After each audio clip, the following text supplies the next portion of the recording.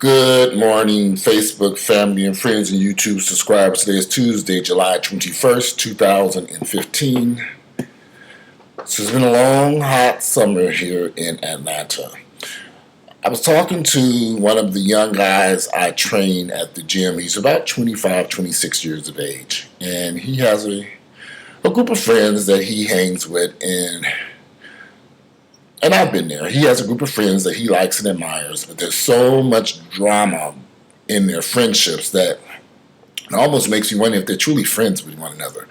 But I've been 25 and 26, and I know what it's like to have friends who are not necessarily your friend. And you surround yourself with people who you think are your friends, but they're really not. So I can only speak from my personal experiences here in Atlanta. I've had a very tough time finding true, loyal friends, people who love you for who you are and accept you for who you are, and will stand by you when you need them. I've stood by a lot of friends over the years, and when I needed them to stand by me, they were nowhere to be found. I mean, I've stood by friends who lost jobs, were in the hospital, had all types of problems. I stood by them and supported them 100%. But when it came time for me to get that same love and support from these friends, they weren't there.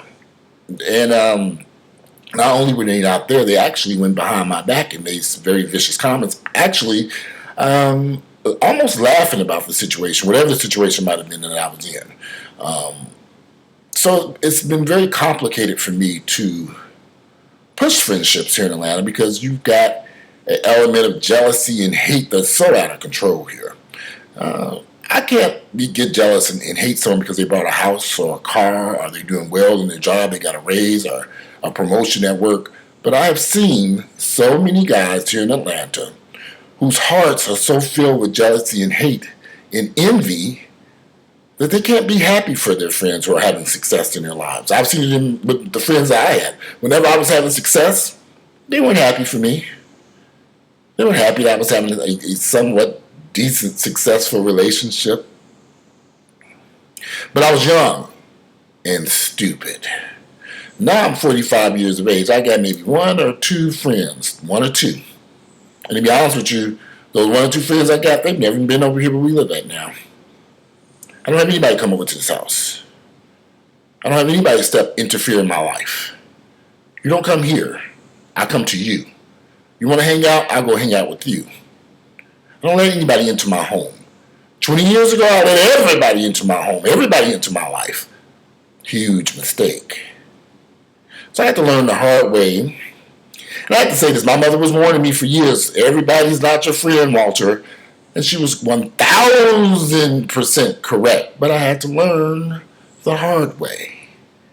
My young friend at the gym, who's 26 years of age, I've tried to express to him, these might not be your friends, because friends shouldn't treat each other like this. And the stories he tells me reminds me of what I went through at 25, 26 years of age and younger. We're friends. Even in my 30s, I dealt with these issues. So I expressed to him, you need to really reevaluate these people that you're calling friends and associates. You need to ask yourself, should I have these people in my lives based upon the drama that's going on with this so-called friendship? Everybody wants friends. Like I said, I enjoy friends. I have two. I have two and some associates.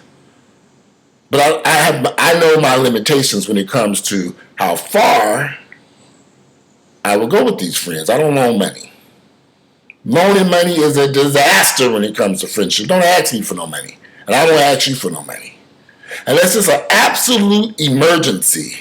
Look, I'm 45 years of age. 45. I've lived in Atlanta since I was 8. I've never, ever asked any of my friends for money. No one. Not even my own mama. So when friends ask for money, it's got to be some emergency. Have I loaned money in the past? Oh, yeah, I have. And it didn't work out too well. I never did get that money back. Many instances I knew when I gave that money, I wasn't going to get it back. And I'm no longer friends with these people. And I'm not going to get that money back. And I knew that when I gave that money. I knew it. I said, they're not going to get me back. So I take money off the table. Unless it's some absolute emergency, which, I mean, that's what's only down 2 friends these days, so they seem to be financially okay, so they don't need none of my money, and I myself don't need none of their money. And another thing about friends, jealousy. The 2 friends that I have are both in relationships. I don't have any single friends that I see daily, unless just my friends, just the guys I train at the gym, the ones who are single. I've learned, being a black gay man, you can't have black gay friends who are single, right? If you're dating someone or if you're in a relationship. Disaster. Because they get so jealous and angry. Because you're doing stuff with your partner and you're doing things that they can't do. Because you're enjoying life with the person you love and they don't have nobody to love.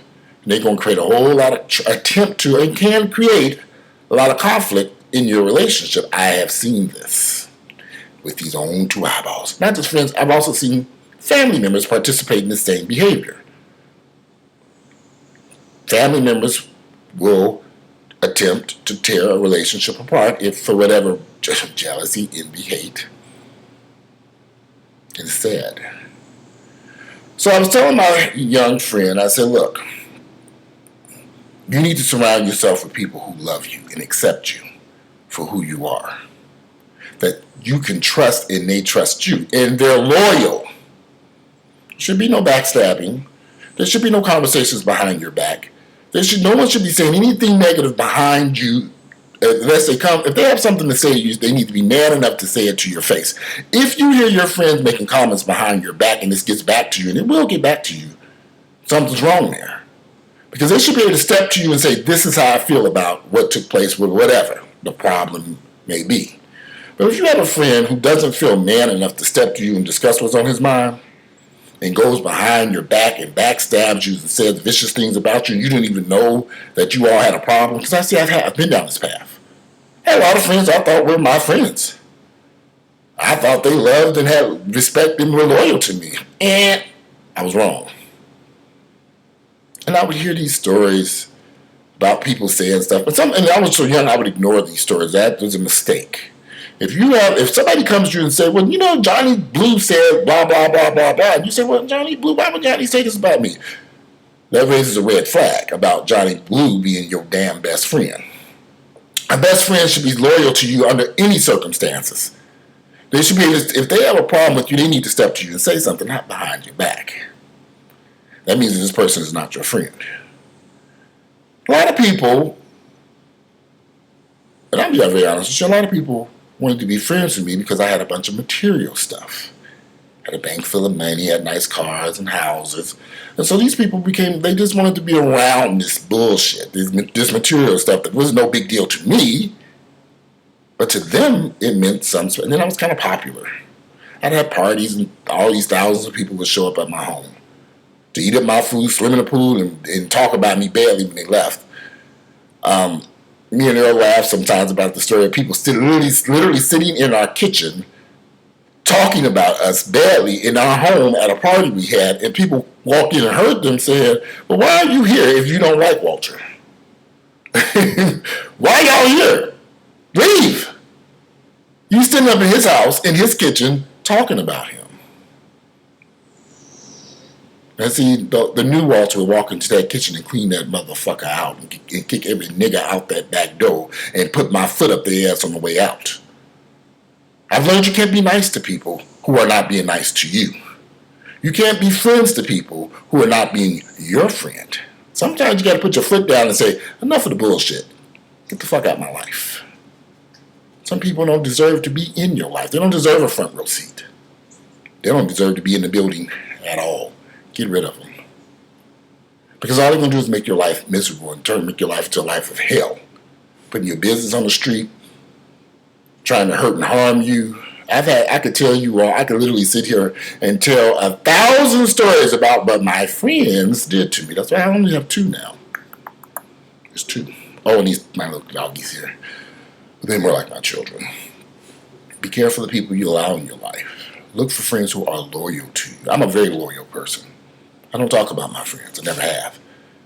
My mother raised me to believe if you don't have nothing nice to say, shut your goddamn mouth. But she didn't really say it that way. If you don't have nothing nice to say, don't say nothing at all. But that's not the rule today.